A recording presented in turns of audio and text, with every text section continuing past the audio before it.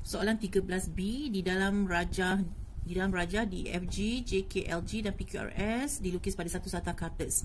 PQRS ialah image. Jadi PQRS adalah image bagi DEFG. DEFG ni adalah objek. Di bawah satu gabungan penjelmaan MN. Huraikan selengkapnya penjelmaan M dan N. Jadi kalau penjelmaan MN, N adalah yang mula-mula sekali kita akan buat, iaitu daripada objek dia akan pergi kepada image yang pertama. Okey, ini adalah penjelmaan N, so saya akan jawab yang N dululah. Daripada kalau kita lihat daripada objek yang ini kepada image GJKL, dia mempunyai bentuk yang sama tetapi saiz yang berbeza. Kalau saiz berubah, jawapan dia mestilah pembesaran. Terus tulis jawapan pembesaran. Pembesaran mesti ada faktor skala dan juga pusat pembesaran. Macam mana nak cari faktor skala? Faktor skala ia adalah K sama dengan panjang image bagi panjang objek. Okey, ambillah salah satu image. Image kita adalah yang kecil ni, objek kita yang besar. Jadi contohnya saya ambil panjang JK. Kita kira by kotak je lah. Kalau ini JK adalah satu kotak, so saya letak satu. Panjang objek panjang objek kita adalah yang ini. Objek asal dia panjangnya adalah EF. Ada dua kotak, so bahagi dua. Maka faktor skala bagi pembesaran ini adalah 1/2. Kalau nilai faktor skala kita kurang daripada 1, dia memang akan mengecil. Image-nya akan mengecil. Kalau lebih dari 1, pembesaran lah, pembesaran biasa. So jadi pembesaran dengan faktor skala 1/2 berpusat di mana? Berpusat di mana, nyatakanlah pusat pembesaran. Macam mana nak dapatkan pusat pembesaran? Jadi kita akan ambil dua objek dan dua image, kita gariskan. Okay, katakan saya ambil objek F dan juga E, ya. Okay, objek F akan jadi image setelah penjelmaan N, dia akan pergi ke titik K ni. Jadi saya sambungkan, gariskan, sambungkan F ke K. Lepas tu objek E akan berubah ke J setelah penjelmaan N ini berlaku. Jadi saya sambungkan J, E ke J dan panjangkan sehingga ia bersilang dengan garisan pertama. Titik persilangan ini adalah pusat pembesaran bagi penjelmaan ini. Jadi kita dah dapatlah jawapan yang bagi pusat pembesaran kita adalah di titik X-nya 0, Y-nya 1. Jadi tulis berpusat di 0, 1. Jadi kat sini dah dapat 3 markah. Pembesaran 1 markah, faktor skala 1 markah dan pusat pembesaran 1 markah. Okey, untuk M pula, sekarang JKLG akan jadi objek pula. Dia akan jadi objek satu ni, objek ni, dan penjelmaan M daripada objek ini kepada image PQRS. Kita nampak saiznya sama, ya, tiada perubahan saiz.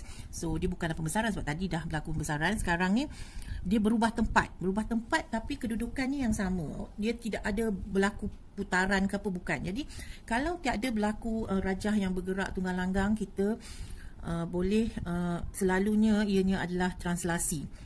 Translasi tu senang je lah. Contohnya so kalau translasi kita dah boleh tulis dia adalah translasi apakah skala, pada skala mana, apakah skala dia, ya. So untuk dapatkan translasi dia, kita ambil satu titik objek dan satu image. Katakan contohnya saya ambil objek titik L dan image-nya adalah R. So translasi ni berapa pergerakan dia ke kiri atau ke kanan dan berapa pergerakannya ke atas atau ke bawah untuk kita sampai ke titik R. Jadi untuk sampai ke titik R daripada L pada paksi X, kita gerakkan 1, 2, 3, 4, 5. Berhenti kat sini dan naik ke atas 1, 2. Jadi kita dah dapatlah translasinya adalah paksi X dia adalah 5 ke kiri. Kalau ke kiri negatif 5, ke atas positif 2. Itu dia. Untuk translasi ada itu saja, 2 markah dekat situ. Dia nyatakan translasi 1 markah dan juga dia punya parts, dia punya unit untuk translasi 1 markah. Untuk soalan 2 pula, diberi luas PQRS ialah 40 cm persegi. PQRS adalah image. Ini adalah luas image. Luas image. Hitung luas dalam sentimeter persegi rantau berlorek. Ya, kita kena berhati-hati. Rantau berlorek adalah GDEF dan juga PQRS. Maksudnya kita kena cari luas objek campur luas image. Luas image kita dah dapat dah ni. Dalam soalan dia dah bagi 40 cm persegi. So sekarang ni kita kalau untuk bahagian C ni sememangnya kita akan rujuk, kalau dah tak ingat tengoklah formula pada muka surat hadapan soalan SPM, iaitu nombor 14 dan 15 ni adalah untuk soalan penjelmaan ya. Ini faktor skala dan yang bawah ni adalah luas image. Ini salin balik. Kalau dah tak ingat tu tak apa ya, sebab formula disediakan. Jadi salin balik luas image sama dengan faktor skala darab dengan luas objek. Jadi kita dah diberi luas image. Kita boleh gantikanlah luas image ini dengan 40 sama dengan K kuasa 2 ni adalah faktor skala yang kita dah dapat pada soalan bahagian 2 tadi. Kalau kita kira salah faktor skala tu, faktor skala yang kita dapat tadi setengah, ya, maka nanti jawapan di bahagian C pun salah. So dia ada berkaitan antara bahagian B dan juga C. Jadi 1/2 kuasa 2 darab dengan luas objek. Luas objek yang kita nak cari kan. Jadi luas objek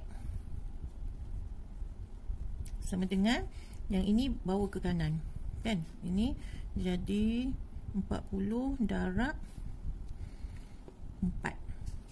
Itu 2 darab 2 kuasa 2 4. Ini seperti darab silang. Jadi sama dengan 160 cm persegi. Oleh itu luas kawasan berlorek, rantau berlorek